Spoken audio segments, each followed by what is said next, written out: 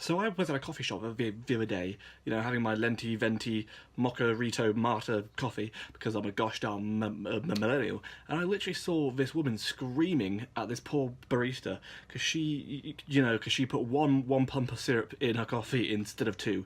Like, I know, call the UN, it's a goddamn war crime. But as I saw this woman laying into this barista, all I thought was two things.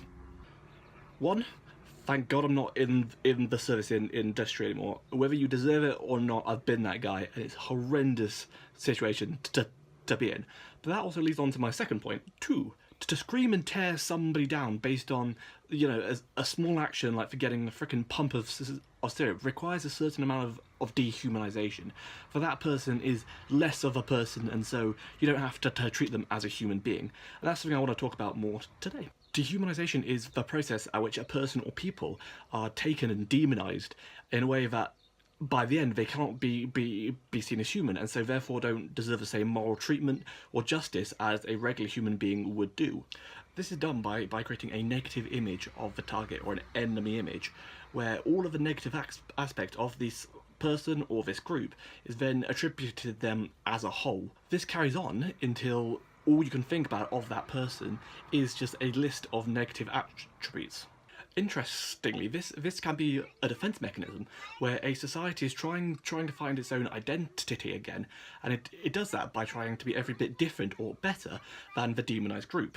In the end, however, your own human identity is so far away from this group that it becomes very difficult to empathize, and so even though you know that you're human, you're not sure that they entirely are. What's worse is that once this enemy identity has been established, it's incredibly hard to change somebody's mind around it, because in their head, this idea, this enemy image, has just become exaggerated until it literally becomes a matter of good versus evil, an evil which it's insane that nobody has wiped out yet. Now I get that that's a bit extreme for the barista, but this is happening around us right now. There's this stereotype between the generations that the old are greedy and they're killing the future for the young, like socially, environmentally, and economically. Whereas the old see the young as lazy. They have no idea what's going on, and God forbid you add any fresh ideas to their fragile worldview, or hell, they'll just fall apart.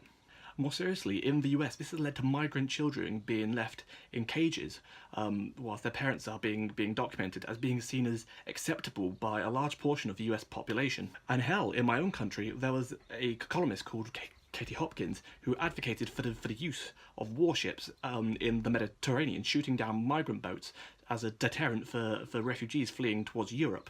Not only was this allowed to be published, but this was also defended in the paper as her right. Regardless of what you think about the immigration crisis or the migrant crisis, if you're talking about separating children from their parents or gunning down hundreds of people to drown in the middle of the Mediterranean, then these are clear signs that you have dehumanized these groups of people to the point that these ideas have become acceptable.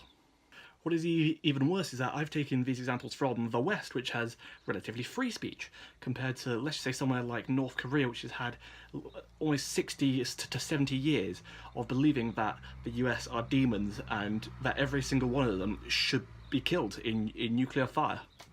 This kind of mass dehumanization often leads to human rights violations and genocide, as seen in the Jews in Nazi Germany, the Tutsis to the Hutu in the Rwandan genocide, and more recently the Rohingya in Burma.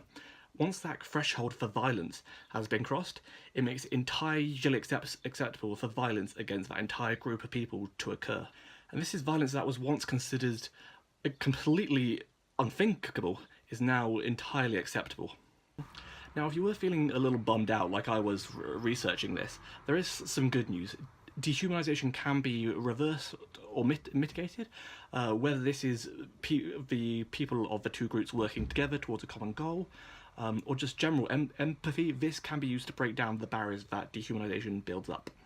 One way in which you can do this in your regular life is to interact with empathy to people that you normally wouldn't talk to. Or hell, even give empathy to that girl who's just handed you your one pump coffee. Thanks for listening, guys.